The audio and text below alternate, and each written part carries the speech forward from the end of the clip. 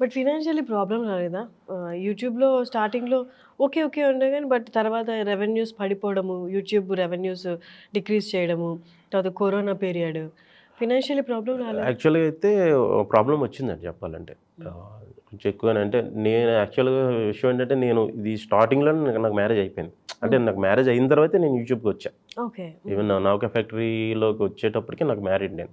Okay. హ్మ్. ఆహ్, నౌకా ఫ్యాక్టరీ కూడా ఏంటంటే సక్సెస్‌ఫుల్‌గానే రన్ అయ్యేది. ఏది కంటెంట్ వైస్ బాగుండేది. పేపర్‌లో వచ్చింది మా గురించి అప్పుడు మీడియాలో అంతా కొంచెం హల్చల్ అయ్యేది. హ్మ్. ఆహ్, అంతా బానే ఉంది గానీ రెవెన్యూ వైపు నుంచి అంతమందికి తనొక్కడే కశ్యప్ ఆహ్, తనొక్కడే పెట్టాడు. డబ్బులు తనే పెట్టుకొని దిగాడు. హ్మ్. మేమందరం ఏంటంటే జస్ట్ ఎంప్లాయీస్ లాగా. కంటెంట్ వైస్ సపోర్ట్ చేసేవాళ్ళం అంతే. హ్మ్. స్టార్టింగ్ ఎంప్లాయీ కూడా కాదు. హ్మ్. ఒక టైంలో తను పర్లేదు మనకి సపోర్ట్ ఉంది. నువ్వు మానేసేయి జాబ్ అని చెప్పి అన్న తర్వాత నేను మానేశాను. హ్మ్. అకౌంటెంట్‌గా చేసేవాడిని. అంటే ఫ్యామిలీ ఉంది కదా! కొన్ని రోజులు ఆలోచించుకున్నా గానీ తర్వాత ఓకే. చెప్పాడు కదా! అని మానేశాను. హ్మ్. అదేమైందంటే రాను రాను కొన్నాళ్ళు అయిన తర్వాత ఫైనాన్షియల్‌గా బాగా స్ట్రగుల్ అయిపోయింది తనకి. ఫ్యామిలీ గూడా ఉంది గాబట్టి. యాహ్! నాకు ఓకే. హ్మ్. తను అంతగా మెయింటైన్ చేయాలి కదా! యాహ్! మా యాహ్! రైటర్స్‌ని, వెయిటర్‌కి తనకి ఎర్నింగ్స్ అయ్యి ఆగిపోయినాయి. యాహ్! ఎర్నింగ్సో, ఫండ్సో మొత్తానికి తనకు ఆగిపోయినాయి. ఆగిపోయిన టైంలో తను ఏం చేయలేకపోయాడు. హ్మ్. నాకు అప్పుడు ఏంటంటే వెనక్కెళ్ళలేను. మళ్ళీ అకౌంటెంట్ జాబ్‌కెళ్ళా. మనకి కొంచెం ఒక్కసారి ఐడెంటిటీ వచ్చినా హ్మ్. తిరిగి వెనక్కెళ్ళి వేరే జాబ్ మనం చేసుకోలేం. కరెక్ట్. ఆ! అప్పుడు కొంచెం సఫర్ అయ్యాను బాగా. ఏంటి ఇలా అయిపోయింది ఏంటని. ఎందుకంటే సిట్యుయేషన్ అది. తనను కూడా మనం ఏం అనలేం కదా! హ్మ్. హ్మ్. ఆహ్, బ ఇంకా ఇంక మనం ఆపేస్తున్నాం కంటెంట్ అన్నాడు. ఆ టైంలో జస్ట్ అప్పుడే తమిళ మీడియా తోటి ఆ సీరీస్ కొలాబ్ అయ్యి 'బ్రేకప్ కన్సల్టెంట్' సీరీస్ తమిళతో కొలాబ్ అయ్యి చేస్తున్న వర్క్ అనమాట అది. ఓకే. అక్కడ 'హర్ష బాసు' అని ఆయన నా వర్క్ అది చూసారు. కొన్ని నేను డైరెక్ట్ చేసినప్పుడు అది చూసి హ్మ్. ఇలా ఆగిపోయిందన్న అంటే యాక్చువల్ నిన్నెప్పుడో అడుగుదాం అనుకున్నాం మేము. ఇలాగ ఇక్కడ ఛానెల్ స్టార్ట్ చేస్తున్నాము. నీకు ఇంట్రెస్ట్ ఉంటే రా అని చెప్పి అన్నారనమాట. అంటే హ్మ్. రైటింగ్ డైరెక్షన్ కూడా చేసుకోవాలని అంటే హ్మ్. ఓకే అని చెప్పని అలా వాళ్ళ దగ్గరికెళ్ళి కొన్ని కాన్సెప్ట్‌లు చెప్తే ఓకే చేశారు. హ్మ్. అక్కడ ఓకే అయిపోయింది. తర్వాత మీరన్నట్టుగా మళ్ళీ అక్కడి నుంచి మళ్ళీ మధ్యలో కొంచెం మళ్ళీ ఫైనాన్షియల్ స్ట్రగుల్స్ తోటే అక్కడ తమిళ జాయిన్ నుంచి అయిన తర్వాత కొన్ని రోజులు బానే ఉంది. బానే హ్మ్. ఓకే. కంటెంట్ వెళ్ళేది. మామూలుగా నాకు మంత్లీ నా సాలరీ నాకు పడేది. హ్మ్. బానే వెళ్ళేది. ఇంకొంచెం మళ్ళీ ఇంకొక స్టెప్ ఎదగాలనుకుంటాం గదా! ఆ మూమెంట్‌లో మళ్ళీ మళ్ళీ స్ట్రగుల్ స్టార్ట్. ఇబ్బందయినప్పుడు అప్పుడు మళ్ళీ మారాను. ఇన్ఫినిటమ్‌కి ఓకే. మారిపోయాను. హ్మ్. ఇన్ఫినిటమ్‌కి మారి కంటెంట్ వెళ్తుంది స్టార్ట్ అయిందంటప్పుడు కరోనా. అబ్బా! హ్మ్. కరోనా అప్పుడు కూడా కొంచెం ఫేస్ చేసినవున్నాయి. ఇంక తర్వాత అలా పీఎఫ్ మనీ ఇంకా అలాగా హ్మ్. గోల్డ్ అది పెట్టుకొని ఇంకా ఆ టైంలో అందరూ పడిందే కదా! యాహ్! వరల్డ్ మొత్తం ఒకసారి పాజ్ బటన్ అయిపోయింది. ఇంగట్లా. ఇప్పుడు మళ్ళీ ఓకే. అంతా సెట్. హ్మ్. ఇప్పుడు ఈ ఆపర్చునిటీ 'ప్రసాద్' గారితో కలిసి యాక్ట్ చేయడం అనేది, ఇప్పుడు ఇక్కడ యాక్టింగ్ వైస్ అంతా సెట్టా? ఆ! ఇప్పుడు హ్మ్. ఇన్ఫినిటమ్‌లో చేస్తున్నా. ఆల్రెడీ నాకు ఛానెల్ ఉందండి. ఓకే. యాహ్! హుహు. 'జల్సా రైడ్' అని జేడీవీ అనే పేరుతోటి ఛానెల్ ఉంది. హ్మ్. తర్వాత ఏందంటే నాకొక మా కంటెంట్ చేస్తుండగానే ఒక యాక్సిడెంట్ అయింది నాకు. హ్యాండ్ ఫ్రాక్చర్ అయింది. ఓకే. ఆ!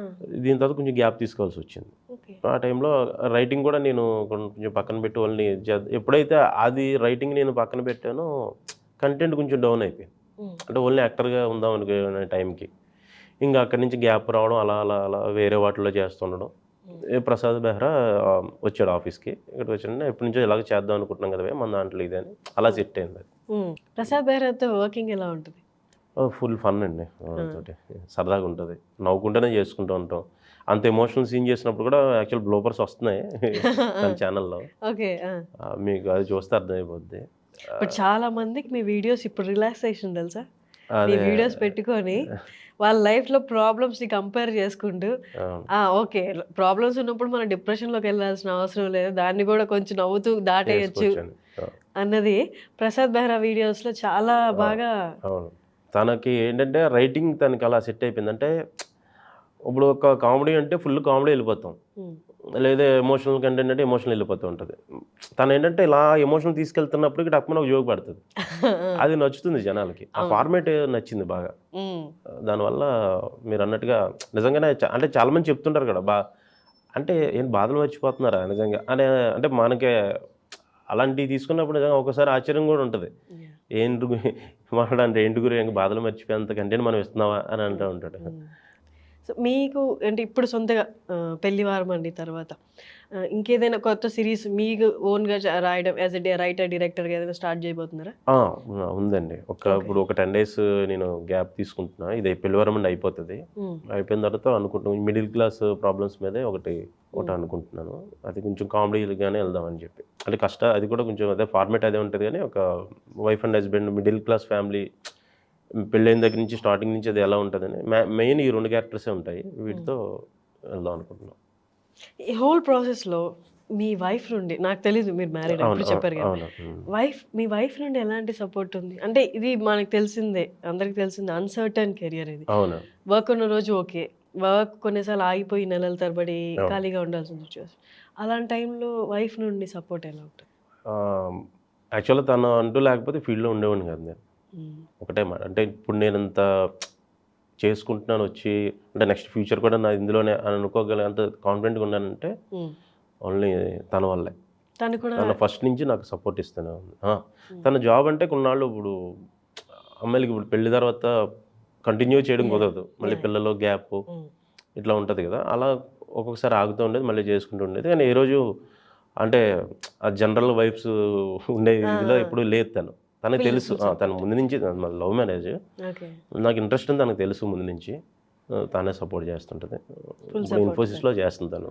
ఓహ్! నైస్. నైస్. సో, ఫైనాన్షియల్‌గా గానీ, ఇంకా ఏ రకంగా కూడా తను నాకు ఫుల్‌గా సపోర్ట్‌గా ఉంటది. మోరల్‌గా గానీ, ఎప్పుడు గమ్మున డౌన్ అవ్వనివ్వదు. అంతే చెప్తా అది ఇంకా లక్ అనుకోవాలి అంతే. నాకేదైనా కొంచెం దేవుడు అదృష్టం ఇచ్చాడంటే, కొంచెం కాదు ఎక్కువ అదృష్టం ఇచ్చాడంటే తన రూపంలోనే అనుకుంటాను నేను. అమేజింగ్. అంటే ఈవెన్ పేరెంట్స్ కూడా అంటే పేరెంట్స్ అంటే వాళ్ళకి భయం ఉంటది. అంటే ఏమైపోతాడు ఏంటనే భయం మీద వాళ్ళు కూడా యాక్సెప్ట్ చేయరు. తను ఆ రెస్పాన్సిబిలిటీ కూడా తిను తీసేసుకుంది. ఓకే. ఆ టెన్షన్ నువ్వు పెట్టుకోకు. నేను ఎంత తీసుకొస్తే అంత ప్రాబ్లమ్ ఏం లేదు.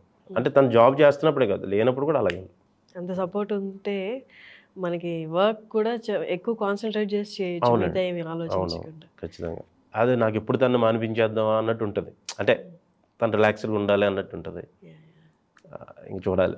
ఇండస్ట్రీ నుండి ఎవరైనా కాల్ చేసి మీ వర్క్‌ని స్పెసిఫిక్‌గా డిస్క్రైబ్ చేస్తూ బావుంది అని చెప్పిన సిట్యుయేషన్స్ ఉన్నాయా ఇండస్ట్రీ నుండి? చాలామందండి. చాలామంది నావికా ఫ్యాక్టరీ టైంలో ఉన్నాయి. అప్పుడే తరుణ్ భాస్కర్ గాని, తరుణ్ భాస్కర్ గారు, తర్వాత హర్షవర్ధన్ గారు ఉన్నారు కదా! ఇప్పుడు మాయమచ్చింద్ర పవన్ సాధినేని గారు. మా కంటెంట్ ఆర్‌జీవి గారు లేకపోతే మనం సుకుమార్ గారు వీళ్ళు కూడా ట్వీట్ చేశారు. ఆ టీమ్ కూడా చాలా మంచి టీమ్ అండి. నావికా ఫ్యాక్టరీ టీము. చాలా క్రియేటివ్‌గా ఉండేవాళ్ళం అందరూ కూడా. అన్ని ఏజ్ గ్రూప్స్ ఉండేవి. అందరి థాట్స్ అంటే ఒక్కొక్కళ్ళు ఒక టీవీఎఫ్ బాగా ఇన్స్పిరేషన్ మాకు ఆ టైంలో. ఓకే. అందరూ షార్ట్ ఫిల్మ్స్ చేస్తున్నారు కదా! మన షార్ట్ ఫిల్మ్స్ కాకుండా ఏదైనా టీవీఎఫ్‌లోనే గదా! నవీన్ పోలిశెట్టి కూడా చేసింది. అవును. టీవీఎఫ్‌లోనే గదా! యాహ్! అందరూ షార్ట్ ఫిల్మ్ కంటెంట్ చేస్తున్నారు. మనం కొంచెం టీవీఎఫ్‌లో అర్నబ్ గోస్వామిని ఇమిటేట్ చేశాడు.